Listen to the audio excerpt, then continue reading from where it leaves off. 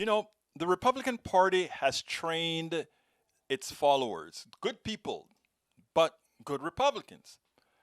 They have given them the impression that people, the other, people that don't look like their generic base, are always on the dole or asking for a handout, as opposed to a system that creates that problem. But they have their people fooled because they don't quite acknowledge the genesis of the problem. As an example, the food stamp program, the SNAP program, President Biden has actually increased by a little bit, about 40 cents or so per meal, the amount of money people get from the food stamp. And of course, the right wing goes berserk. Another giveaway. We're giving away to those people, those freeloaders. But the reality is all different. Who really gets food stamps? Whose base gets most of the food stamps? As we say, we like to dispel the lies that these people are known for. Check this out. The Biden administration announced the largest permanent increase to food stamps ever. Average monthly benefits will rise by $36 or about 40 cents per meal. Now, not surprisingly, the right wing is freaking out already, but it's important to remember just who SNAP primarily benefits. The GOP base. Contrary to the generations-old Republican myth popularized by Ronald Reagan and the trope of the black welfare queen, white folks actually make up the largest group of those receiving SNAP.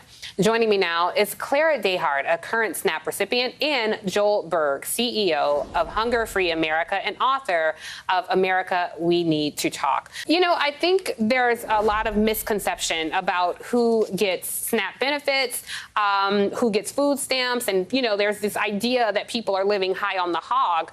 But really, food stamps, you can't get a lot of things on food stamps. You can't get things like detergent and essential household items and sanitary products and deodorant and toothpaste, things like that. So this is not people living high on the hog having lobster and steak every night. No, Tiffany. And, you know, we're obviously having a great national debate about what makes America stronger at home and in the world. And there's no question that that starts with feeding our own people. No superpower in the history of the world has remained a superpower if it's failed to feed its own people. The vast majority of recipients of SNAP are working adults, children, senior citizens, people with disabilities, and veterans.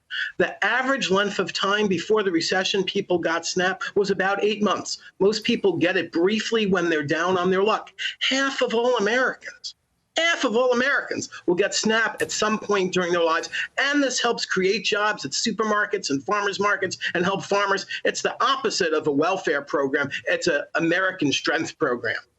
Absolutely. I mean, look, growing up, I lived in a household where we lived on benefits for a while. Even to this day, there are members of my immediate family who receive SNAP benefits. So we have to lift the shame and start talking about it, which brings me to you, Clara. I'm so happy to have you here to tell your story. You're a recent college graduate and you received the benefits. Tell me how these benefits have helped you and why you need them. You know, I had never even considered using SNAP benefits most of my life. Like growing up, I never struggled with food insecurity or anything like that.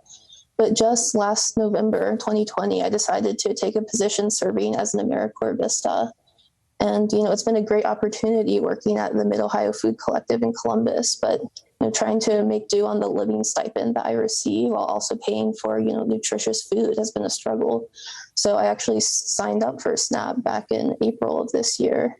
And it's really just made a big difference in, you know, the amount of food I can afford, the diversity of food I can afford. So I'm not just buying like, you know, instant ramen and peanut butter, you know, I'm buying like just, it's really expanded my access to food and been like really important for me in this short period of time as I'm serving through AmeriCorps. And you deserve to have nutrition in your life, as do everyone, really. It should not be a luxury.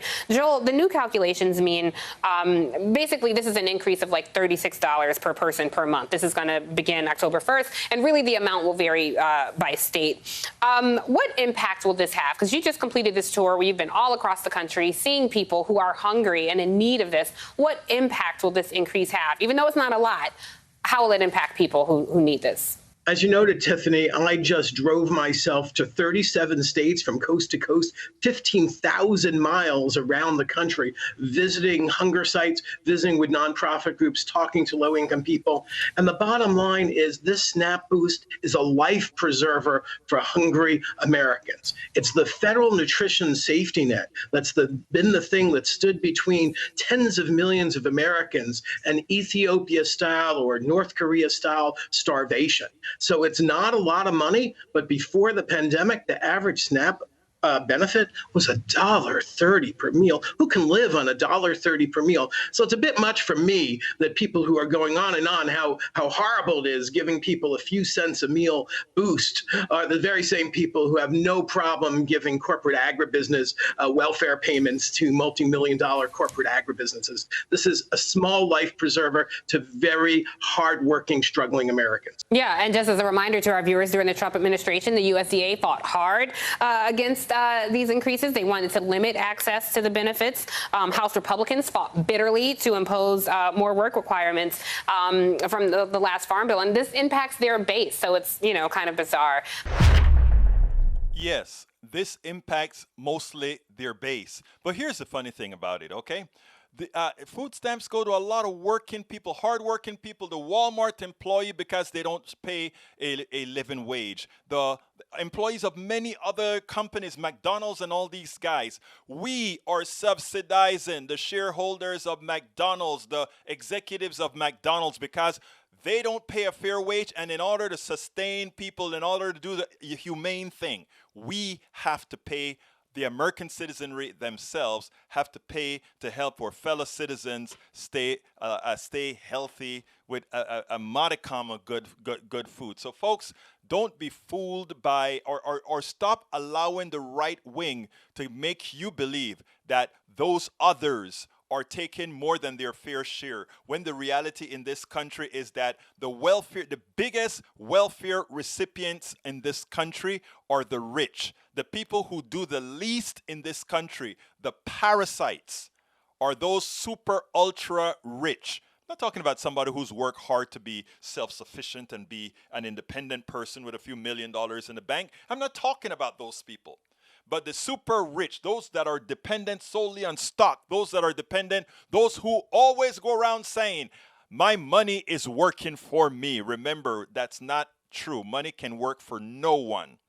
Anytime you hear things like that, anytime you watch the ultra rich, remember, they are parasites to the system. They're the biggest welfare recipients in this country. And the hardworking people like we just saw on that screen, the hardworking people at Walmart, the hardworking people at McDonald's, the person that's sweeping your floor, and all those that are dependent on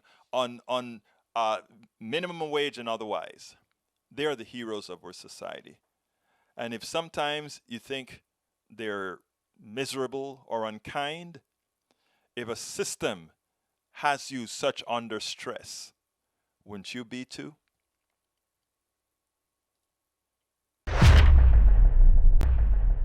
We spend a lot of time deconstructing the news, trying to parse it into a form that everybody can understand. We try to find those little nitpicks where it flies above the fray, etc. If you really like these videos that we do, I want to ask a big favor. Please go ahead. Number one, subscribe to our channel. And number two, please join if you can. Thank you so kindly for watching. Keep watching. Please remember to share. We must populate the entire internet with our progressive message, a message that we know is what most Americans say that they want. So help us, please join.